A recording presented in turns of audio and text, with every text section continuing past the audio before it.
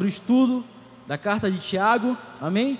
Quantos têm sido edificados pelo esse estudo? Levanta a mão assim, bem alto aí.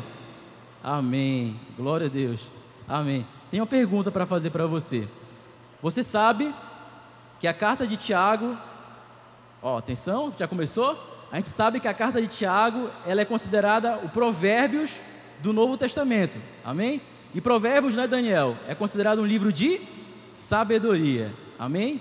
Recapitulando, a carta de Tiago, ela é considerada como se fosse o Provérbios do Novo Testamento, e Provérbios é um livro de sabedoria, e nós fomos aqui encharcados com muita sabedoria nas últimas quartas-feiras. Quero te fazer uma pergunta nessa noite aqui. Numa escala de 0 a 10, onde 0 é muito pouco e 10 é muito, como é que está o teu nível de sabedoria? Responde para ti mesmo aí. Irmãos, bora orar, né?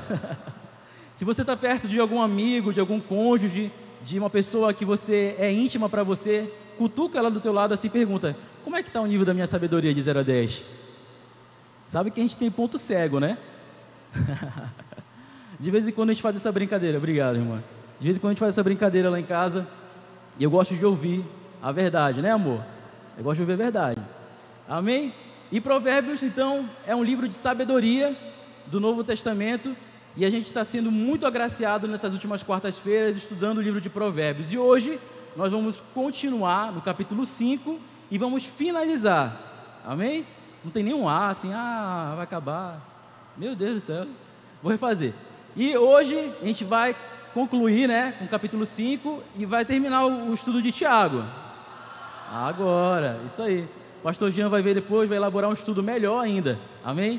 Para o próximo momento que a gente vai ter. Mas, sem falar muito, né, a gente tem o tempo corrido, abra sua Bíblia no livro de Tiago, claro, capítulo 5. Vamos estudar juntos nessa noite. Eu quero te encorajar a ficar bem conectado, que é um estudo realmente.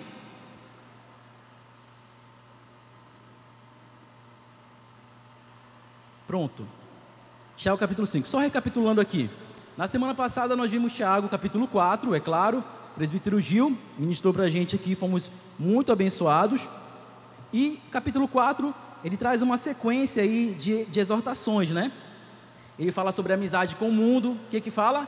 Que quem é amigo do mundo se torna inimigo de Deus. Isso mesmo, você anotou, você está certinho. Ele fala sobre a brevidade da vida, né? Que as pessoas falam, eu vou para tal lugar, eu vou para X lugar, mas na verdade, né, Lucão, se Deus quiser que a gente vai para tal lugar, é que vamos fazer aquilo outro, é que vamos comprar aquela empresa, né, Bruno? Se Deus quiser. E o capítulo 4 vai falando disso e fala da língua, e fala da língua também, fala um pouquinho aí desse órgão pequenininho, mas que tem um grande poder de construir e tem um poder também de acabar com tudo, né? E fala também da brevidade da vida, que eu falei agora há pouco. No capítulo 5, ele vai continuar, tá? Ele vai continuar, só que do versículo 1 até o versículo 6, ele vai dar um recado para os ricos. Tem alguém rico aqui? Ele vai dar um recado para os ricos, amém? Acompanhe comigo aqui esse recado que Tiago traz para os ricos. Escutem agora, ricos, chorem e lamentem, por causa das desgraças que virão sobre vocês. Olha só. As suas riquezas apodreceram e as suas roupas foram comidas pelas traças. O seu ouro e a sua prata estão enferrujados, e essa ferrugem será testemunha contra vocês e há de devorar como fogo o corpo de vocês. Nesses tempos do fim, vocês ajuntarão tesouros. Eis que o salário dos trabalhadores que fizeram a colheita nos campos de vocês e que foi retido com fraude, está clamando, e o clamor dos que fizeram a colheita chegou aos ouvidos do Senhor dos Exércitos. Olha só, vocês têm tido uma vida de luxo e de prazeres sobre a terra, têm engordado em dia de matança, vocês têm condenado e matado o justo, sem que lhe ofereça resistência. Esse recado aqui para os ricos, acho que você está pensando assim, uau, ainda bem que eu não sou rico, né? Esse recado para os ricos aqui, a gente começa a ler, como assim, né, Gil? Semana passada, traz várias coisas para a igreja, para as pessoas, a gente começa a ler, não é possível que essas pessoas estavam na igreja, porque se você ler realmente, você tentar pegar cada palavra, são palavras duras de serem ditas, né? Olha, o pessoal que tu está roubando, clamou a mim, e está subindo aqui ao meu ouvido o clamor deles, vai chegar o dia que você vai morrer. Mais ou menos isso. Parece assim, cara, como? Tiago, capítulo 5, começa com uma advertência aos ricos, e esses caras não parecem crente, né, Abias? Não parece estilo de vida de um crente fazer isso, pegar o salário das pessoas e não pagar, né, e fazer um monte de tramóia, o jeitinho brasileiro ao quadrado, né, muitas vezes isso acontecendo. E a gente vai entender um pouquinho desse contexto, antes da gente entrar nesse estudo, amém? Vocês estão aqui ainda? Então vamos lá. Sim, Tiago está falando para os ricos não crentes, não eram os ricos crentes, tá? Tiago estava falando para aquelas pessoas ali. Naquele tempo era muito comum, não é como hoje, por exemplo, que você recebe um salário muito bom, que você tem uma poupança, né, Daniel? Você tem uma aplicação no banco, que você tem vários recursos, não é como hoje. Naquele tempo as pessoas recebiam o salário do dia, elas trabalhavam e recebiam o pagamento pelo dia. Ou seja, se elas não recebessem aquele salário, aquele do dia, o que acontecia, Tom? Ficava sem comida, Então o que Deus está falando aqui através de Tiago é o seguinte: ó ricos, os caras estão trabalhando para você na sua colheita, eles trabalharam o dia todo e você está enrolando para pagar, você não está pagando, você está deixando isso para depois, e o clamor deles está subindo para mim, eu estou ouvindo o que eles estão dizendo, mais ou menos isso, para a gente contextualizar, amém? Eu não sei você, mas a gente parece pergunta, nossa, está falando para a igreja, falando sobre língua, falando sobre comportamento, falando sobre a brevidade da vida, falando sobre um monte de coisa, aí tipo, do nada, entra essa advertência para os ricos, entra esse texto que é um texto difícil de você, ninguém pega no aniversário e diz assim, Senhor, eu quero uma palavra no meu aniversário, e pega Tiago 5,6, vocês têm condenado e matado o justo, sem que ele ofereça resistência, não é uma palavra fácil de ser ouvida, né? Existe um contexto por trás. Eu não sei você, mas eu fiquei perguntando, por quê? Tiago 5 começa com uma advertência aos ricos, né? E se você for ler depois, como a gente vai ler um pouquinho depois, você vai ver que começa falando sobre outras coisas, outros assuntos. Por quê? Que essa advertência aos ricos? Eu não sei se você, quando lê, você pensou assim, ufa, ainda bem que isso não é para mim. O máximo que eu tenho aí, uma bike, é uma casa que eu financiei, isso não é para mim. Isso é para os ricos, né? Eles estão fazendo isso daí, isso não é para mim. Não tem a ver com o meu estilo de vida. Mas aí, a gente tem que sempre parar para pensar, né? Por que disso? E qual a necessidade desse texto aqui no meio de um monte de exortações para a igreja? Qual a necessidade disso? E a gente precisa parar mesmo para pensar. Eu quero te fazer uma pergunta nessa noite. Eu quero que você seja muito, muito honesto com você mesmo. Amém? Todo mundo me ouvindo, né? Se hoje você descobrisse que você iria receber uma herança de 10 milhões, vou colocar em real mesmo, em 10 milhões de reais, o que mudaria na tua vida? Pensa rapidinho aí, não precisa falar que você vai comprar uma Porsche, que você vai, não falar disso, só para você, pensa aí, hoje de repente você recebe uma herança, e essa herança é de 10 milhões de reais, o que mudaria na tua vida? Faz aí rapidinho uma análise aí, sendo honesto, jogo rápido, o que mudaria na tua vida?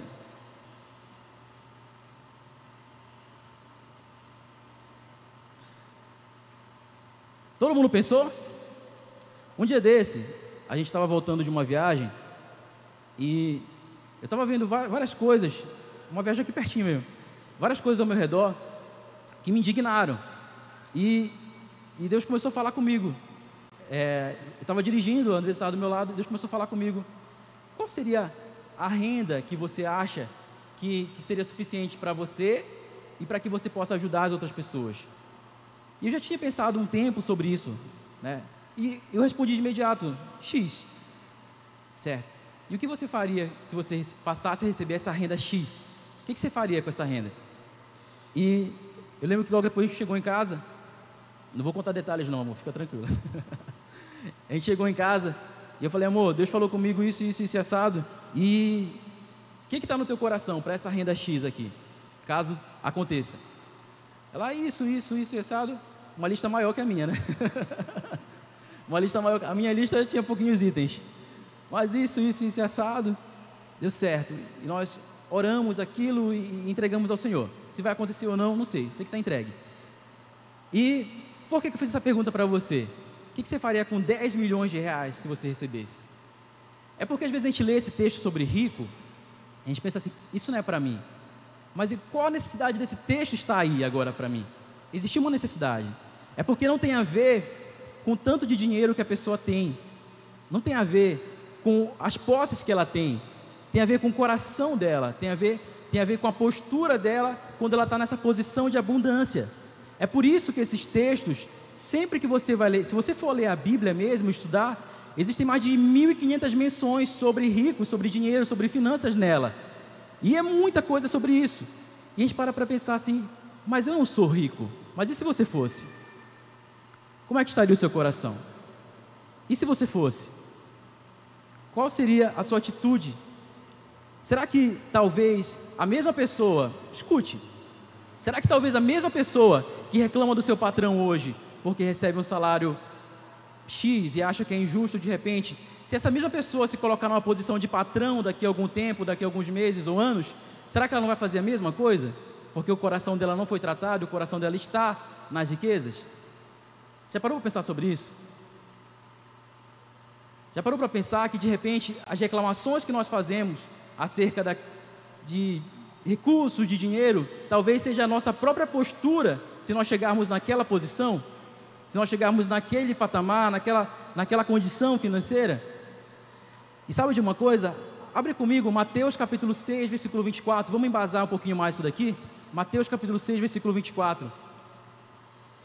Ninguém pode servir a dois senhores, porque ou irá odiar um e amar o outro, ou irá se dedicar a um e desprezar o outro. Vocês não podem servir a Deus e às riquezas. Outra tradução, a mamon.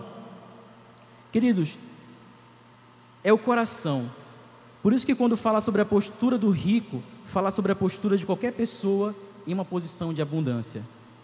Quando esse texto vem aos ricos, Tiago começa capítulo 5, aos ricos, e começa, na linguagem de hoje, detonando, isso, você pode ler assim, opa, ainda bem que não é para mim, é para nós, é para qualquer pessoa numa postura de abundância, qualquer pessoa numa postura de abundância. Sabe por quê?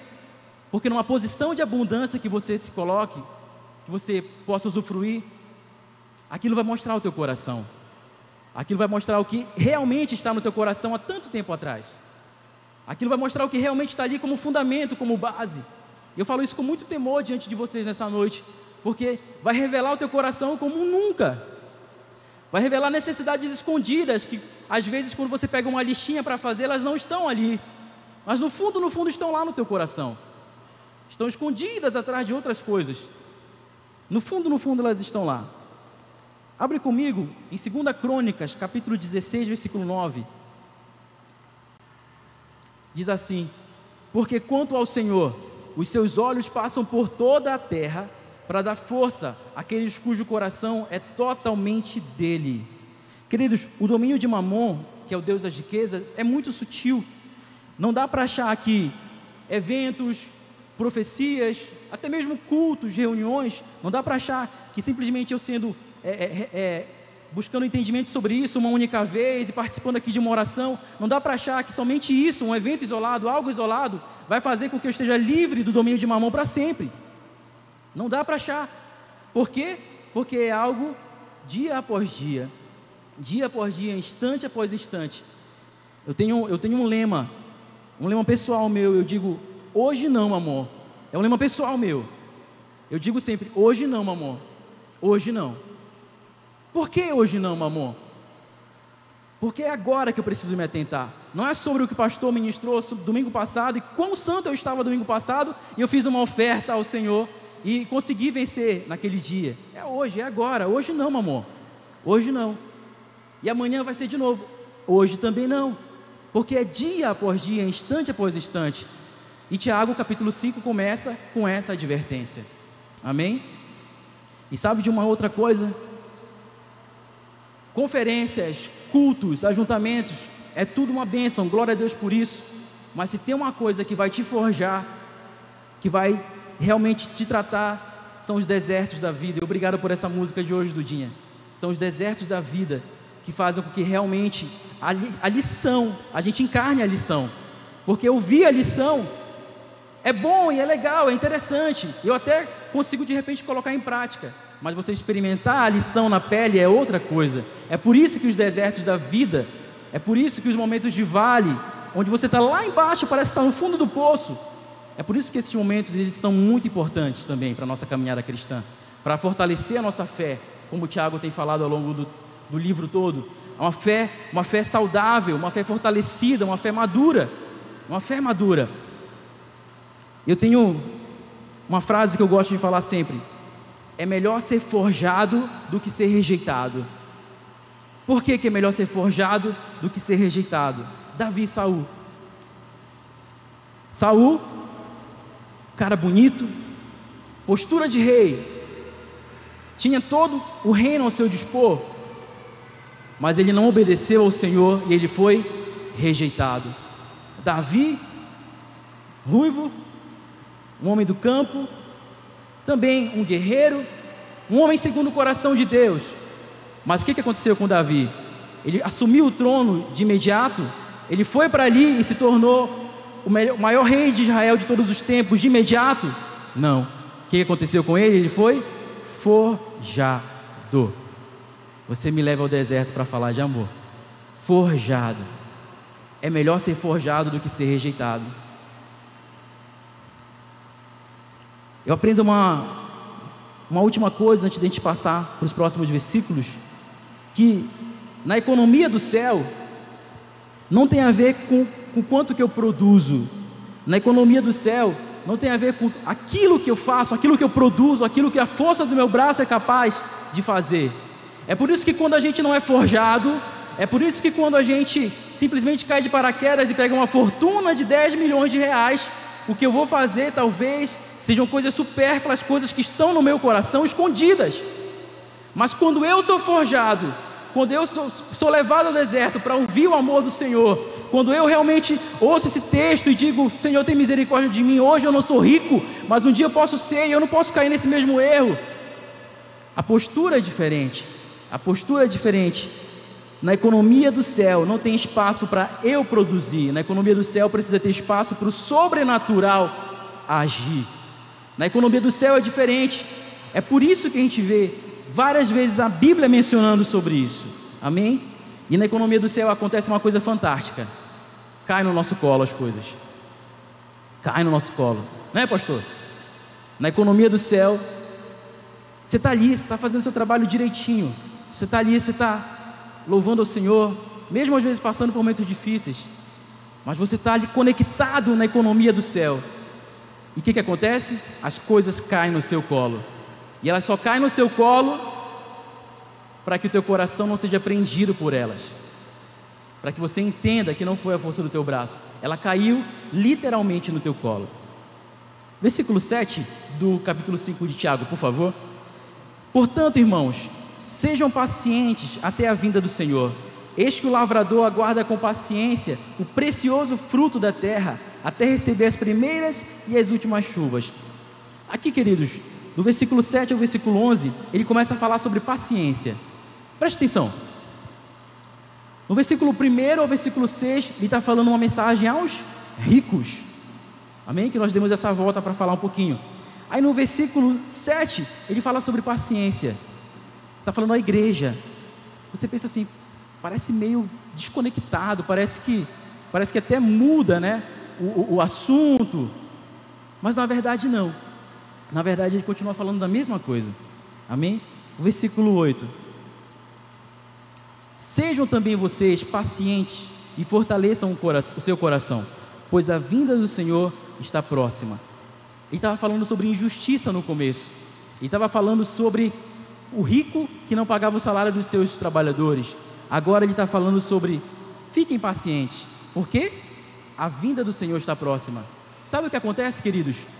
Quando o teu coração é forjado, quando o teu coração está no lugar certo, quando o teu coração não está preso às coisas desse mundo, e é aquela história: hoje não, mamô, não é daqui para sempre, é hoje mesmo não, mamô, não, aqui não.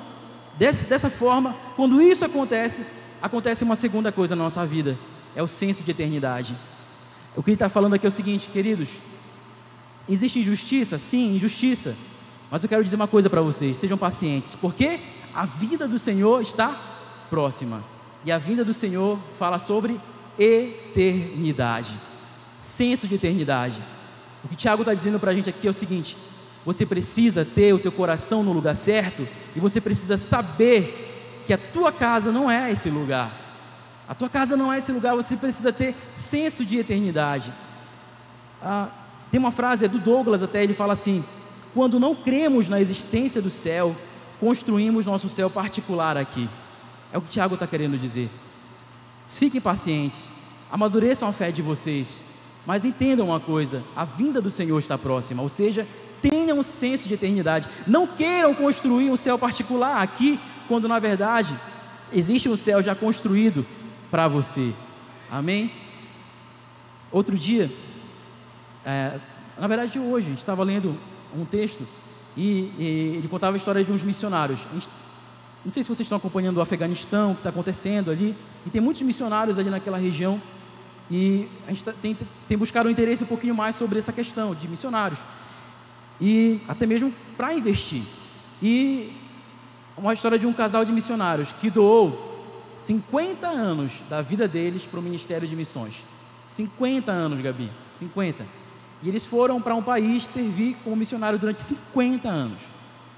E na volta, né, eles foram jubilados, né, aposentados, e voltaram num navio de terceira classe, isso faz tempo já. E quando chegaram no porto, eles vinham especulando assim, tipo: uau, devam estar esperando a gente, uma faixa, alguma coisa, um jantar, quem sabe, né? Vão me levar para comer, sei lá, vamos celebrar. Afinal, 50 anos como voluntários, como missionários. 50 anos. Quando eles chegaram no porto, Tom, não tinha ninguém esperando eles. E o cara mais impaciente, né, já ficou 50 anos, não tem ninguém me esperando. E foram para casa. Chegaram na casa deles, a casa abandonada, precisava de pintura, de um monte de reparo. E ele caiu na carne. Ele falou para a mulher dele: ó, ora para esse teu Deus aí, ora para Deus, e pergunta para ele: o que valeu a pena desses 50 anos que a gente investiu? Não tem nada aqui, olha só, tudo abandonado, ninguém ajuda a gente. Ele saiu para correr. Quando ele voltou, ele perguntou para ela, num tom de deboche: o que ele te respondeu? Você falou? Falei. O que ele te respondeu? Ele falou o seguinte: é que a gente ainda não chegou na nossa casa. A gente ainda não chegou na nossa casa.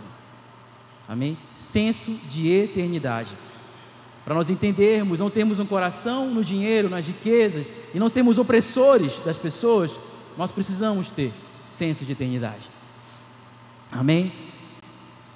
Versículo 12. Acima de tudo, meus irmãos, não jurem nem pelo céu, nem pela terra, nem por outra coisa qualquer, mas que o sim de vocês seja sim, e que o não de vocês seja não, para que vocês não incorram em condenação. Aqui Tiago começa a falar sobre uma postura mesmo. Tinha um costume antigo dos judeus, que era o seguinte: se você jurasse pelo nome do Senhor, você não tinha escapatória, você tinha que cumprir, exatamente como você falou. Falou o nome de Deus, tem que cumprir ali, certinho. Só que, sabendo disso, alguns judeus meio que maquiavam, falavam outros nomes, mas não citavam o nome de Deus, e para isso eles tinham brecha para falar, jurar e não cumprir, né? E Tiago está falando aqui, ó, tem que ter o sim, sim e não, não. Ele continua falando, 13. Alguém de vocês está sofrendo, faça oração. Alguém está alegre, cante louvores. Parece coisas aleatórias, né? Assim, a gente lendo assim, tipo de longe, está falando sobre sim, sim, não, não, se eu ser seguro nas minhas palavras, né? Tem uma homem de palavra. E agora fala que se eu estou sofrendo, eu preciso realmente orar, né? Se eu estou alegre, eu preciso cantar. Parece meio desconexo. Só que não é desconexo. Nada na Bíblia está desconectado. O que eu entendo? Uma interpretação minha, você pode ter outra qualquer. É que uma das grandes dificuldades nossa, homens do século 21, da modernidade, desse tempo que nós estamos vivendo hoje, uma das grandes dificuldades não é o pecado em si. Na minha visão, é o materialismo. Na minha visão, é o materialismo.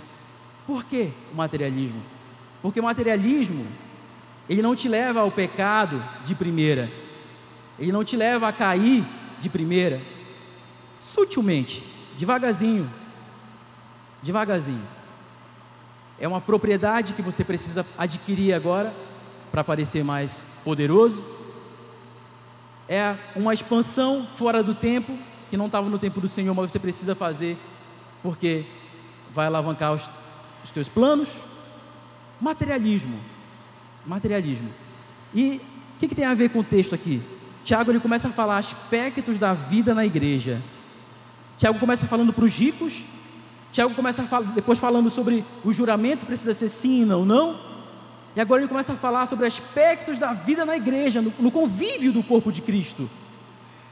Ele começa a falar de coisas agora que a gente experimenta como corpo, que você que vai agora experimentar o encontro com Deus, vai experimentar ainda mais. Quando você voltar, você vai estar cheio de muita experiência para contar. E que nós que estamos mais tempo aqui, experimentamos todos os dias. Tiago começa a falar coisas do nosso convívio cristão agora. E por quê? Tenho aprendido na minha caminhada que uma das formas de nós vencermos o materialismo, a necessidade de consumir, a necessidade de ter, é eu permanecer no corpo, é eu permanecer no convívio da igreja. Sabe por quê? Porque quando eu permaneço no convívio da igreja, no convívio do corpo, eu tenho uma mesa que alguém me senta e pergunta como é que está o meu coração. Eu tenho um irmão que, por mais que talvez eu não goste dele, como o pastor falou domingo, eu preciso amá-lo, mas talvez não bate muito alguma coisa, mas esse mesmo irmão começa a me tratar em coisas que eu preciso ser tratado e eu nem sei disso. Nesse lugar, por mais que alguns tenham mais ou menos condições, e não importa, mas nesse lugar, todos nós sentados somos iguais perante o Senhor. Aqui você está protegido contra o materialismo, porque o que vai acontecer quando você começa a crescer, você começa a se desenvolver, você começa a captar mais recursos, começa a ter mais dinheiro e mais posição, o que vai acontecer é que o materialismo, mamon, que repousa sobre o dinheiro, se você não tiver cuidado, esse mesmo materialismo vai te consumir. E se você não estiver protegido num lugar como esse, como o Tiago está falando, você se torna o que o versículo 1 fala: a vocês ricos que oprimem o pobre. É isso que acontece. É como se ele pegasse um filme e colocasse o final no começo. É mais ou menos isso. Mais ou menos isso.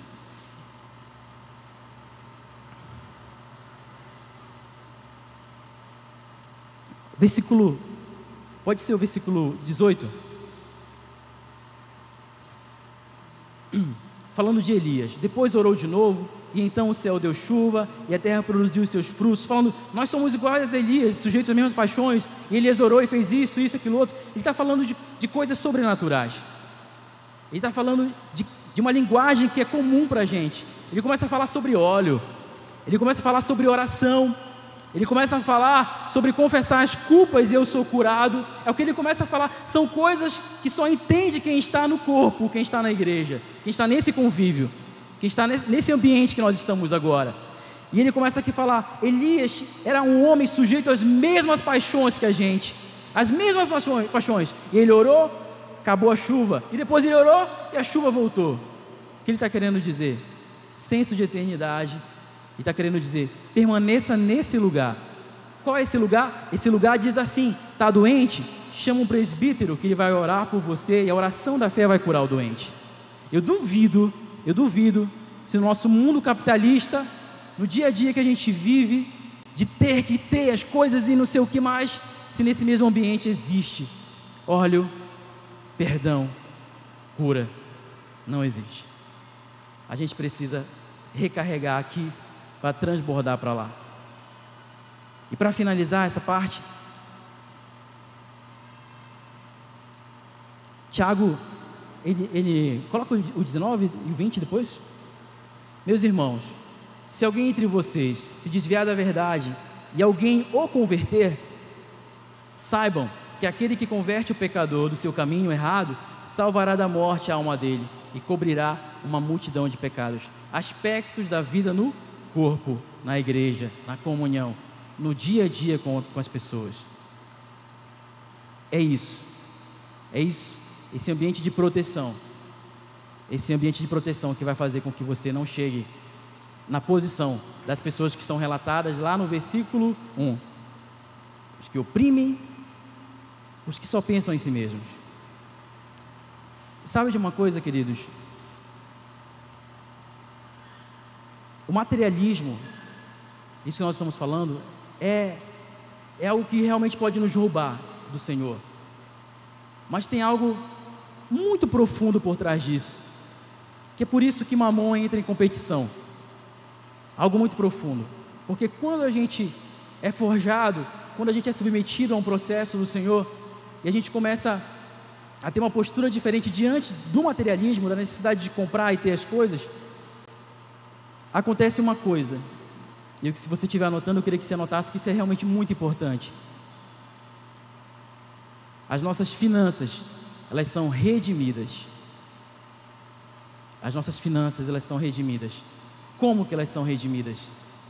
Elas são redimidas por 3 coisas principalmente, que sempre são ditas aqui. Uma coisa que não é nossa. Outra coisa que é nossa, mas que não deveria estar na nossa mão. A coisa que não é nossa, o dízimo. Não tem como eu pegar o celular do Bruno de repente e dizer: toma, Bruno, estou te dando esse celular. É dele? É dele. O dízimo não é meu e nem é seu, é do Senhor. Eu não dou meu dízimo, eu devolvo meu dízimo. Como Theo Hayashi sempre prega, eu devolvo, é dele. E a segunda coisa que é nossa, mas que deveria não ficar na nossa mão, as nossas ofertas e as nossas esmolas. Remir as nossas finanças é o que está por trás do materialismo. Você acha que é por acaso que a vozinha de Mamon vem no nosso coração? Você precisa fazer essa viagem, você precisa comprar, você já tem tantos sapatos, você precisa de mais desse, você precisa de mais daquilo outro. Você acha que é à toa que essa vozinha vem? Não. Sabe por quê? Porque essa vozinha vem para tentar tirar o nosso coração do lugar certo, que é redimir as minhas finanças, para que eu não me torne o que o versículo 1 de Tiago está falando: um enganador, um corrupto, uma pessoa que não é confiável. Queridos, para a gente finalizar, quando eu consigo redimir as minhas finanças, acontece algo extraordinário. Acontece algo extraordinário. Eu me torno um bom mordomo, eu me torno um bom administrador, eu me torno uma pessoa que consegue discernir o que é para comer, o que é para investir e o que é para semear. Eu consigo ter um discernimento muito melhor quando eu começo a redimir as minhas finanças. E eu queria falar sobre uma última coisa. Quando Abraão, ele começa a sair do seu lugar de convívio ali e obedece à voz do Senhor, ele começa a seguir o que o Senhor tinha dito para ele. Ele começa a fazer alguns sacrifícios ao Senhor. Ele começa de lugar em lugar, parava e sacrificava ao Senhor, parava e sacrificava ao Senhor, fazia algo que custava a ele entregava algo ao Senhor. E eu não estou falando isso porque vai ter oferta para você entregar algo depois, estou falando isso porque são ferramentas para que nós não cheguemos numa posição de sermos escravizados pelo materialismo. Sacrificar, querido, quando eu sacrifico algo, eu consigo mover o sobrenatural. E uma segunda coisa acontece: eu quebro a força de Mamon. Eu quebro a força de Mamon. Eu lembro, pastor Igor, que tinha uma regra na igreja antes, que quando você batizava, você precisava se tornar dizimista, né? Eu acho que para mim foi bom, porque me ensinou. Mas eu não tinha uma renda. Eu batizei com 14 para 15 anos. Eu não tinha uma renda. Mas a minha avó me dava um valorzinho bem pequenininho para a minha passagem de ônibus. E eu lembro que eu pegava os 10% ali daquele valor e entregava todos os meses mesmo, ali fielmente ao Senhor. E aquele ato ali, não significava muito dinheiro, mas significou muito para mim. E eu lembro que no meu primeiro emprego, eu me tornei menor aprendiz. No meu primeiro emprego, eu falei: Senhor, se esse emprego for meu primeiro salário todo, não era muita coisa, mas meu primeiro salário todo, eu vou entregar ao Senhor aos pés dos apóstolos, como diz a palavra, ao Senhor, vou entregar. Eu consegui o primeiro emprego e assim eu fiz. Nem troquei o cheque, fui lá e entreguei ao Senhor. E sem pena, sem realmente, mas com o coração ali entregando ao Senhor. E eu não estou contando isso de forma alguma para engrandecer, e nem precisa disso, mas estou contando isso te dando algumas ferramentas para que você entenda que isso é mais real do que pode parecer. Sabe por quê, queridos? Porque numa posição de abundância que Deus às vezes quer nos colocar, vai demandar que a gente tenha o coração no lugar certo. E ter o coração no lugar certo exige passos de fé, exige uma postura de fé. Não exige que você simplesmente ore e faça um monte de coisa. Exige que você tome uma posição de fé e comece. Mesmo começando pequeno, dizimando um pouquinho que seja, mas comece. Até um nível que você chega de sacrificar coisas muito maiores. Mas você não sacrifica para obter, né, Paulinho? Não sacrificamos para obter algo do Senhor, um favor do Senhor. A gente sacrifica porque a gente já foi muito abençoado pelo Senhor e a gente não precisa que Mamon governe as nossas finanças, como nós temos um Deus que é dono do ouro e da prata. Fique de pé no seu lugar nessa noite. Tiago, capítulo 5, começa com essa advertência aos ricos, pessoas abastadas, não cristãs, mas pessoas dominadas pelo materialismo, pessoas dominadas pelo orgulho, pessoas dominadas pela necessidade de ter algo, pessoas dominadas pela injustiça. E ele fala do convívio na igreja, ele fala do senso de eternidade, ele fala de que nesse lugar onde nós estamos existe cura, existe perdão, existe óleo, e ele fala do galardão que existe para aquele também que consegue trazer aqueles que se perderam de volta. Tiago capítulo 5, para finalizar essa série de mensagens, faz um retrospecto de como tem que ser a nossa postura cristã. Amém? Feche seus olhos nessa noite.